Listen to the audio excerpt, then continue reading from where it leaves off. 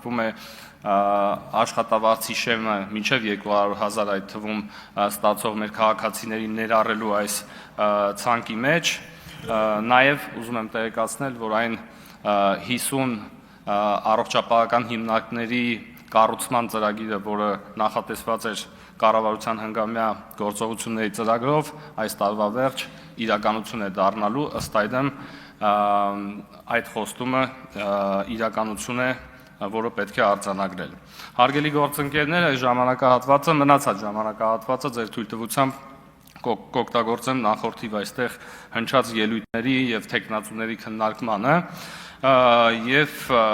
անցնելով բուն թեմային ուզում եմ ասել հետեւյալը։ Նախ անկեղծ ասած, հարգելի գործընկերներ, ես չհասկացա, թե ինչու մենք քննարկեցինք Տիկին Լիլիթ Գալստյանի թեկնածությունը առհասարակ, իսկ ինչով էր պայմանավորված այս փոփոխությունը։ Իհարկե իմ գործընկեր Տիկին Վարդանյանը հարց ուղեց Գեղամ Մանուկյանին, փորձելով հասկանալ ինչն էր փոխվել իրենց քաղաքականության մեջ, որ հիմա որոշել էին, որ պետք է արդեն վերցնեն իրենց հասանելիք պաշտոնները, որևէ տրամաբանական պատասխան կամ որևէ առհասարակ պատասխան մենք չլսեցինք, փոխարենը դրա հետ կապ չունեցող ինչ-որ մտքեր,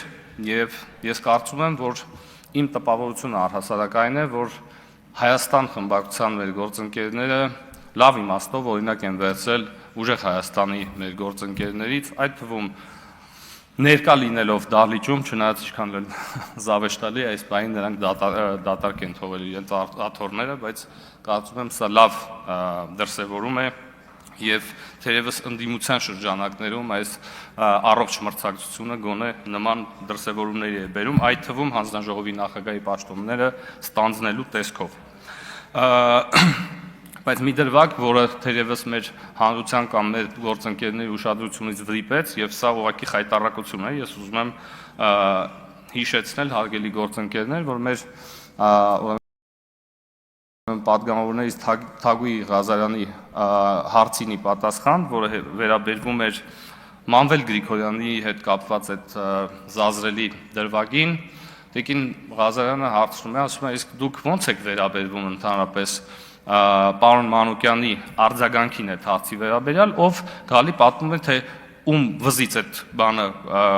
ժնջիլը կապած էր, թե ինչ վատ մարդ է եղել, էլ խապեպա, էլ խարդախ, էլ ինչ, ինչին ի պատասխան Տիկին Լիլիթ Գալստյանը բառացի ասում է հետևյալը, ասում է, ուրեմն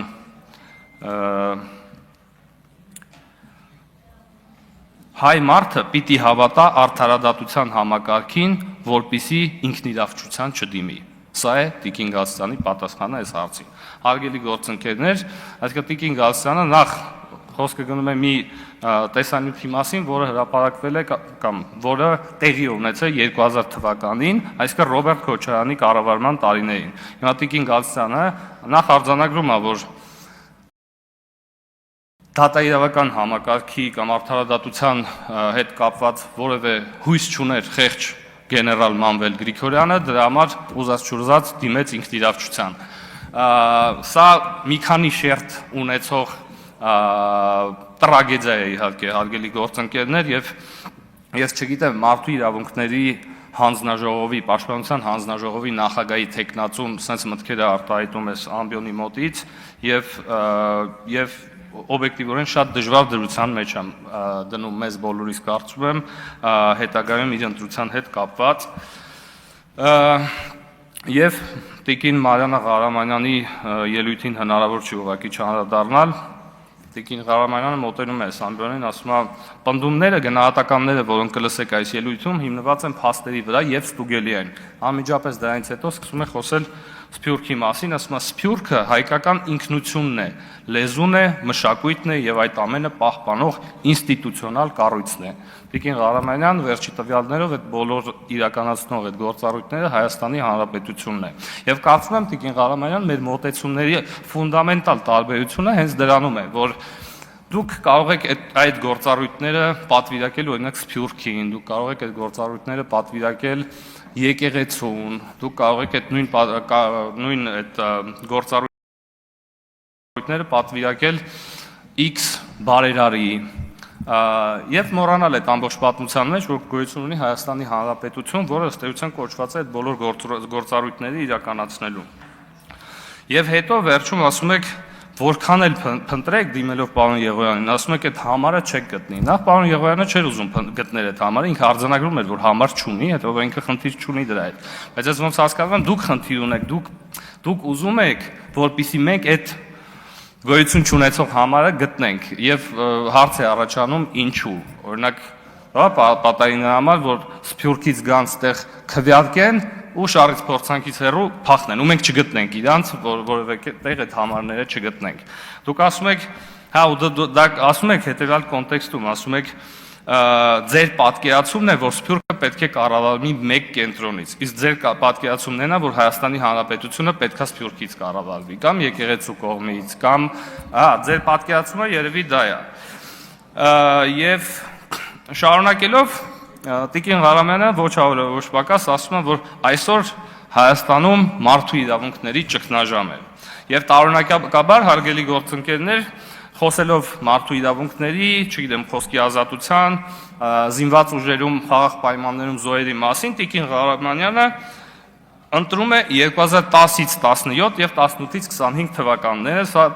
թերևս վատագույն լուծումներ ձեր համար Տիկին Ղարամանյան, որովհետև եթե խոսում ենք այդ ժամանակահատվածի մասին, մի քանի տվյալ ես մեջ բերեմ, ուրեմն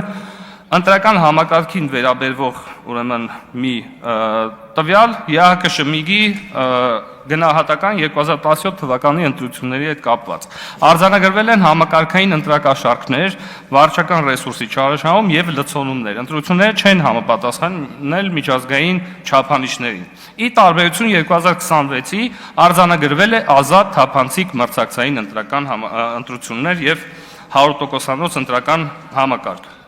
համամասնական համակարգ։ Խոսքի ազատություն 2017 թվականին Հայաստանի Հանրապետությունը եղել է 79-րդ հորիզոնականում, զբաղեցրել է 79-րդ հորիզոնականը, 26 թվին 50-րդ հորիզոնականն է։ Ու Տիկին Ղարամյանն ասում է, դե բան ճգնաժամ է մարդու իրավունքների եւ խոսքի ազատության։ Խոսքի ազատությունից է խոսում։ Ընդ որում, ըստ նույն զեկույցի,